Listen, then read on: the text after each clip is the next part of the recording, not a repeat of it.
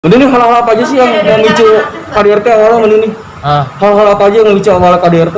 Ya namanya, ya kan saya bilang emosionalnya itu tidak stabil.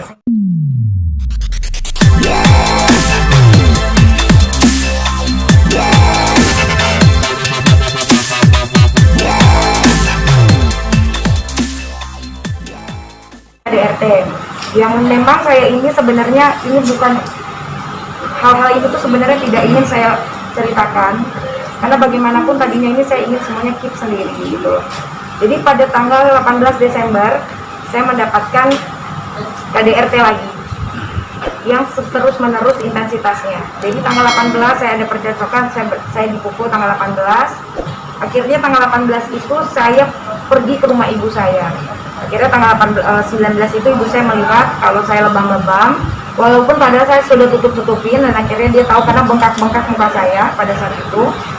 Dan dia nyuruh saya sama kakak saya bertelepon untuk berangkat visum. Hal itulah yang membuat saya menjadi kuat, karena tadinya selama 9 tahun saya tidak pernah menceritakan apapun itu bentuknya. Jadi tapi Pak Leman sama Lia tahu persis lah, setiap kalau saya mendapatkan kekasaran atau saya berantem, saya pasti kabur dari rumah. Saya pergi 2 hari, nanti saya pulang sendiri, pergi sendiri, pulang sendiri gitu loh. Jadi tidak pernah saya namanya melibatkan orang-orang lain. Tapi teman-teman saya itu yang terdekat ada tahu. Tapi saya tidak pernah menceritakan detail-detail apapun itu, karena menurut saya yang namanya permasalahan rumah tangga memang sebaiknya disimpan sendiri, tidak boleh menceritakan orang lain. Jadi saya tuh sedih sekarang karena akhirnya bongkahan es yang udah mau pecah, ya akhirnya pecah juga gitu. Dan untuk urusan KDRT itu sendiri memang sudah sering terjadi, walaupun intensitasnya itu mungkin setahun berapa kali, dan saya memiliki bukti-buktinya. Jadi dan dilakukan tanggal 18.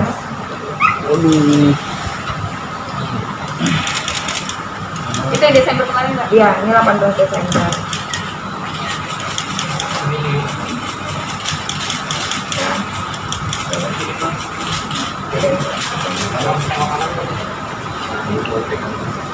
Sudah. Ya, ini 18 Desember. Ini sekitar bulan Mei. Bulan Mei. 2019. Rambut saya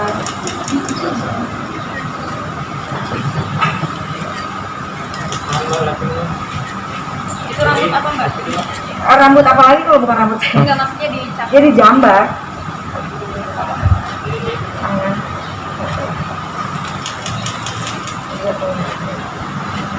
Ini saya lupa tepatnya kapan, bulan Januari juga ada, bulan puasa juga ada.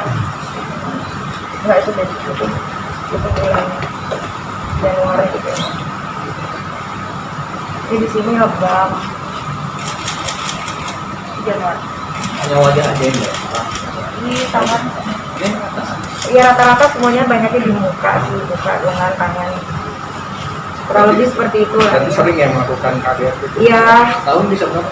Ya, saya nggak mau inget lah, ini aja juga saya sebenarnya kan buka memori lama jadinya. Dari tahun berapa itu? Ya, udah lama lah, udah lama dari saya awal nikah pun juga udah begitu gitu. Cuma yang namanya memang Aska itu memiliki emosional yang tidak bisa dikontrol. Dan di Aska tahu sendiri gitu kenapa dia seperti itu.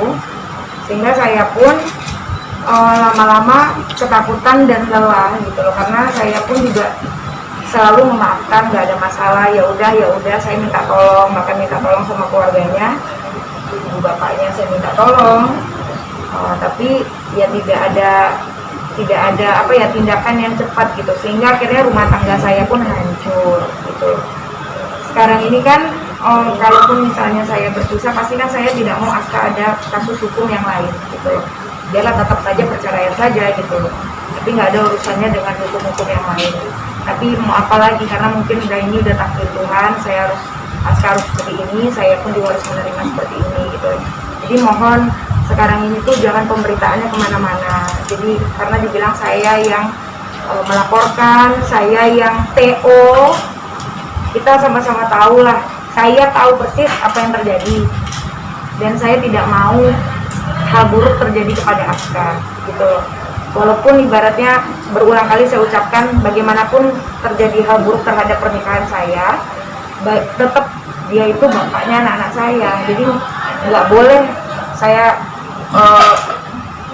melakukan hal-hal yang buruk gitu loh. Apalagi untuk saya sebenarnya menceritakan ini tuh hati saya sedih, tapi ini hanya gambaran paparannya saja saya buka. Saya tidak mau menceritakan, udah tidak usah terlalu dalam lagi karena itu yang ada bikin luka hati saya dan anak-anak saya terus-terusan gitu.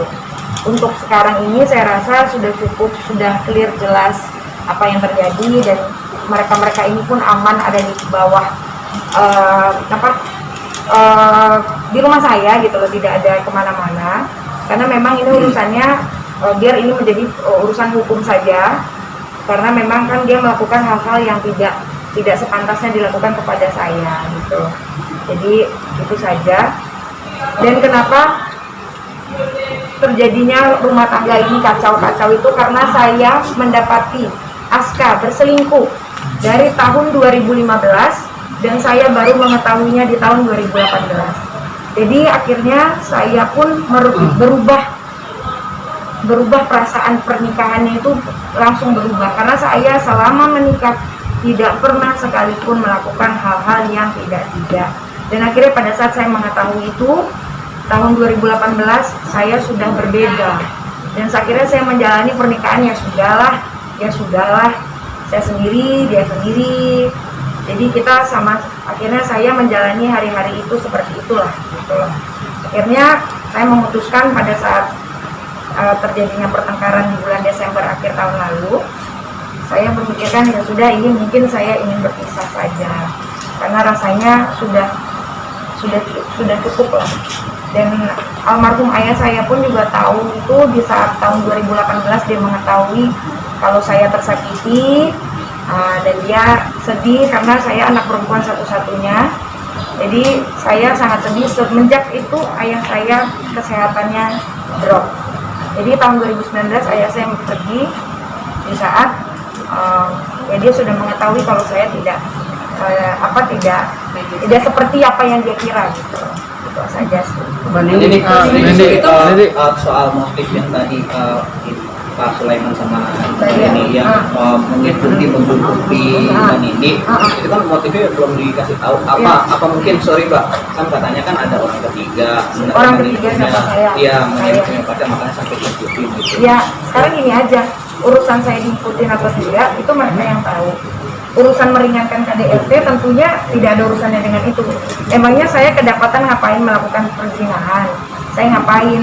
Kalau misalnya kalau seperti itu hanya foto-foto video saja, itu sah-sah saja, tidak ada masalah. Saya mau bertemu sama siapapun, teman-teman saya itu saya rasa sah-sah saja. Karena mereka pun tahu saya tinggal di mana. Mereka pada saat saya pergi dari rumah, mereka tahu saya tinggal di rumah ibu saya, dan habis itu saya tinggal di mana mereka tahu. Jadi saya tidak tutup-tutupin itu. Ibu saya pun juga udah pernah ke tempat saya, bahkan saya juga membawa anak-anak saya di saat kalau teman-teman wartawan pada datang ke rumah saya belum bisa temuin pada saat itu. Nah itu saya pergi gitu, tidak di rumah. Jadi ini sudah mengkonfirmasi belum sih alasan kenapa adik dari suami adik kakaknya bermain iya, kok. maksudnya kenapa dia melakukan untuk surat-surat itu? Dia nggak tahu, tanya aja, mungkin takut kehilangan harta kali. Tapi Aska sendiri tahu atas perbuatan keluarganya? Tidak tahu, saya kan tidak bisa berkomunikasi dari awal saja, dari Aska tertangkap saja saya tidak tahu. Jadi saya itu baru dikasih tahu tanggal 10 Januari tepat di ulang tahun saya. Saya baru dikasih tahu dan itu saya telepon dia karena saya pas pulang hari Jumat saya tanya, "Bapak mana? Kok handphonenya, kita kan punya grup, bagaimanapun kita masih update di grup walaupun saya nggak berkomunikasi langsung. Kok nggak ada tanya-tanya anak-anaknya, biasanya tanya-tanya gitu kan. Tiba-tiba nggak ada. Saya tanya, katanya bapak sama 5 orang teman masuk kamar. Saya marah, kurang ajar, siapa nih yang masuk kamar saya gitu. Saya cari-cari kemana sama siapa nih masuk 5 orang kamar ini siapa. Belum mau cerita karena disuruh tidak boleh cerita. Akhirnya saya paksa-paksa cerita, baru cerita hari pas tanggal 10. Kalau ternyata masih 9 tahun baru dikasih tahu kalau itu polisi gitu. Jadi saya tidak tahu dan saya tidak bisa berkomunikasi. Awalnya masih bisa berkomunikasi, tapi tiba-tiba tidak bisa berkomunikasi. Ini sudah berapa lama membutuhkan? Menjenguk saja saya tidak diizinkan, tapi saya begitulah kira-kira. Jadi gimana mau baik walaupun tidak ada komunikasi. Suami saudara sih masih cerita ya. Tapi Bahkan bukan buat apa-apa, cuma ngatur orang yang ada dari luar negeri. ternyata pernah Jarak berkomunikasi di Mas. dalam tanah pun bapak masih chattingan sama saya. Sama saya juga masih, tapi nggak yang sering. Tapi nggak sering, cuma ngambil barang-barang dia gitu dari Tokopedia atau mana. Seperti itu berarti kan, tapi tidak berkomunikasi sama saya gitu. Harusnya kan kalau mau seperti itu kan ya minta ketemu sama saya, tinggal ngomong sama lawyernya, pengen ketemu sama saya atau apa gitu. Pak, waktu Aska waktu itu berselingkuh, perasaan Pak supaya hancur. Mas tanya aja sama diri Mas gimana? Jadi mungkin mengetahui Mas Aska selingkuh itu melihat langsung apa gimana, Mbak? Enggak lah, saya nemuin tertangkap basah sendiri kok, saya melihat dari handphone. Oh, di handphone. Sempat marah tuh. Oh iya, saya marah. Saya makanya badan saya kurus banget itu tahun 2018, dikira saya makin narkoba, padahal saya karena ada masalah rumah tangga. Mbak, Sempat depresi juga, Mbak ya? Hah? Mengalami depresi juga. Depresi. Depresi. Oh iya, saya nggak percaya orang. Ini aja yang udah dilakukan mereka ini aja, saya udah tambah nggak percaya lagi sama orang.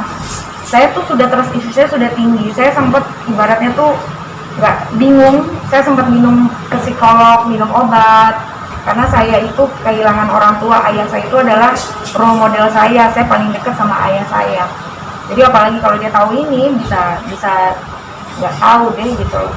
Ini karena saya udah nggak ada ayah lagi gitu loh. Jadi saya udah lelah gitu loh untuk ngelakuin kayak gini terus, karena saya merasa yang membuat ini semua itu juga bukan saya. Jadi gini loh, kita ini mengurut kesalahan itu jangan tiba-tiba sekarang, tapi dilihat semuanya itu dari awal, benang kusutnya itu kenapa perselingkuhan itu yang dilakukan sama Aska dari tahun 2015 sampai tahun 2018. Saya tahu betul siapa orang-orangnya, bahkan ada orang yang saya kenal juga. Jadi saya tahu, saya tidak perlu menyebutkan nama, itu biarlah menjadi urusan pribadi saya, tapi yang pasti saya tahu. berarti lebih dari satu perempuan. Oh iya. Mbak, ini kiaskan saja sendiri. Ini hal-hal apa aja sih yang memicu KDRT awalnya ini? Hal-hal apa aja yang memicu awalnya KDRT? Ya namanya, ya kan saya bilang emosionalnya itu tidak stabil, sehingga hal kecil, hal besar, sampai hal yang memang dia kesalahan dia pun bisa itu menjadi hal yang membuat dia terpicu gitu loh. Jadi saya nggak bisa tahu apa sih yang motifnya dia tuh bisa untuk melakukan kekerasan dalam rumah tangga gitu. Saya nggak tahu, jadi berapa persen kadarnya yang bisa bikin dia marah gitu loh. Sehingga hal kecil pun kadang-kadang sepele menurut kita itu bisa marah gitu. Dari secara verbal, dari secara fisik saya tuh sudah kenyang lah gitu. Jadi saya sebenarnya saya ini ingin baik-baik saja, tapi kita berpisah. Saya sudah sampaikan itu. Saya sudah sampaikan pada saat saya bertemu, saya jenguk, saya sampaikan saya ingin pisah. Saya sudah masukkan gugatan, tapi saya ingin baik-baik saja gitu. Berarti Mbak juga suami sempat menolak untuk bercerai. Oh iya, sampai sekarang juga masih menolak. Alasannya mungkin Ya ingin memperbaiki. Ya nggak gampang lah untuk berpisah tuh, nggak gampang karena kita kan punya 2 anak gitu. Cuma kan karena saya ini yang merasakan apa yang terjadi, yang menjalani kan saya, sehingga saya rasanya ya sudah lah. 9 tahun kok saya tahun ke-10 saya 10 orang tua saya aja nggak tahu saya digebukin. Mbak, alasannya kemarin kan udah lama nih kakek KDRT-nya, alasannya speak up baru-baru ini apa ada intimidasi juga kah atau? Ya nggak ada, karena ibu saya akhirnya kan sudah tahu, akhirnya saya disupport untuk bikin visum. Kakak saya nganterin saya ke Polres Jakarta Selatan. Atas dasar itulah yang membuat saya menjadi kuat, sehingga saya ya udah saya jalani gitu. Kalau misalnya orang tua saya nggak tahu, mungkin saya tetap akan memaafkan lagi, tidak ada masalah gitu. Ya sudahlah gitu terus. Cuma saya berharap kan Aska untuk perjanjiannya adalah ya Aska tahulah apa sih yang membuat dia tuh menjadi suka emosi itu. Saya nggak perlu menjabarkan apa itulah. yang terjadi kasusnya sekarang ini saja. Gitu. Berarti Mbak Nini mengetahui adanya narkoba itu, karena ada faktor itu baru. Saya tidak akan memberikan statement apapun soal narkoba. Aska sangat tahu persis apa yang dia lakukan, dan yang dia terima sekarang ini itu adalah yang memang apa yang sudah dia lakukan itu. Berarti sudah lama menggunakan itu. Saya tidak memberikan statement apapun. Mau lamanya bagaimana saya tidak tahu, saya tidak ingin ikut campur urusan itu, biarlah itu menjadi urusan kepolisian. Tapi intinya adalah Aska sangat tahu persis apa yang terjadi. Kalau Aska gentle, clearkan saja.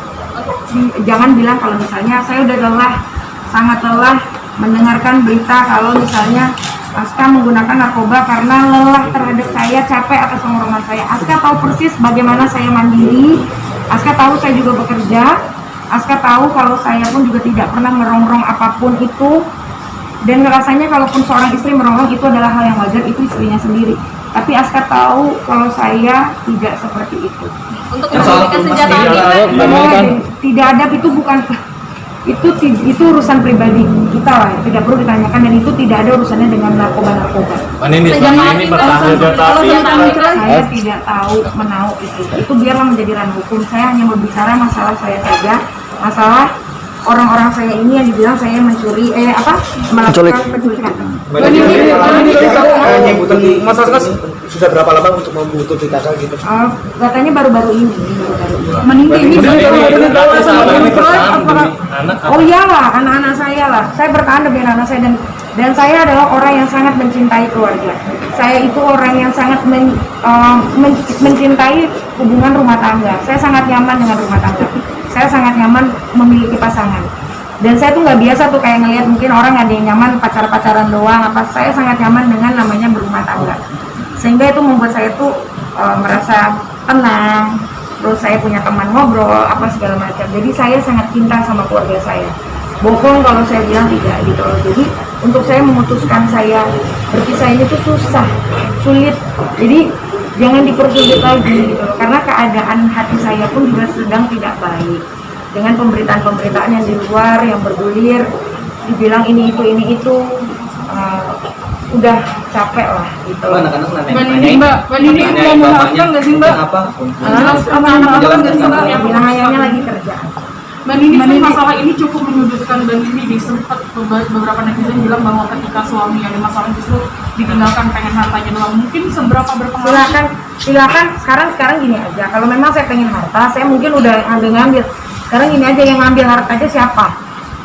Yang ngambil harta aja siapa? Yang ngambil surat-surat berharga di rumah saya itu, di dalam berangkas kamar saya itu siapa? Saya punya hak. Kalau memang Aska suruh ambil, harusnya surat kuasa itu diperlihatkan kepada saya, tapi bukan dengan cara diam-diam terus sekarang baru bilang kalau adanya surat kuasa. Itu kan berarti udah rules-nya aja udah salah. Harusnya surat kuasa dulu baru ambil. Intinya gitu aja. Jadi kalau saya tidak akan menyudutkan apapun, keluarganya tidak ada. Cuma intinya itu yang dilakukan kepada saya. Jadi terserah, saya rasanya juga punya hak. Mereka membenci saya, ya terserah. Saya pun juga bisa membenci mereka. Tapi bagi saya kita keluarga, harusnya tidak seperti itu gitu.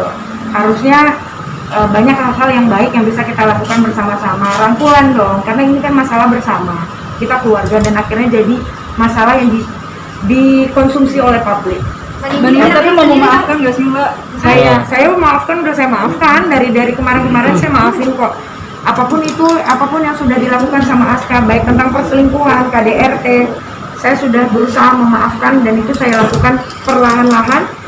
Saya berjalan move on sendiri. Gimana saya pergi umroh, saya mau berangkat umroh minggu depan, mau ikut, saya minta dia ikut. Itu saya lakukan karena saya merasa saya sudah lelah, dan saya benar-benar titik terendah saya lah, karena saya itu seorang yang percaya sama suami. Periksa handphone suami ini nggak pernah. Saya nggak pernah buka-buka handphone suami kalau memang bukan urusannya, kayak misalnya mau ngapain. Nggak pernah saya utik-utik. Saya nggak pernah ngurus-ngurus dia, pengen tahu apa segala macam, gimana ini itu enggak. Saya percaya 100% sama suami saya. Tapi di tahun 2018 Allah punya kehendak lain, saya diperlihatkan dan itu dibukakan semuanya, sehingga itu membuat saya hancur. Mbak, reaksi Aska waktu itu ketahuan selingkuh seperti apa sih? Marah. Marah. Tapi dia mengakui. Dia marah, ya, dia tahu kok. Dia mengakui nggak Mbak di situ? Ada. Malah dia melakukan KDRT. Itu alasan utama jadi perceraian nggak sih Mbak? Karena kan KDRT-nya kan juga mulai dari awal pernikahan. Iya, banyak hal. Kita kan bertahan rumah tangga itu kan pasti banyak yang membuat kita bertahan. Tapi gugur itu kan banyak hal. Gitu. Saya itu cuma hanya pengen lepas, tapi kita bahagia sama-sama. Gitu. Saya berhak lah bahagia, karena saya juga udah merasa tertekan kok dari awal. Saya selalu disudutkan begini begitu. Ada hal permasalahan keluarga internal antara saya dan keluarganya pun juga ada yang sudah terjadi dari awal pernikahan. Tapi itu tidak perlu saya ungkapkan. Intinya adalah ada hal-hal yang membuat saya tuh selalu disudutkan, selalu disalahkan, selalu begini begitu. Dan saya harus selalu memenuhi apapun bentuk keinginan yang Aska mau. Betul. Jadi harta gono bini apa aja sih yang diminta? Enggak usah urusan harta itu biarlah.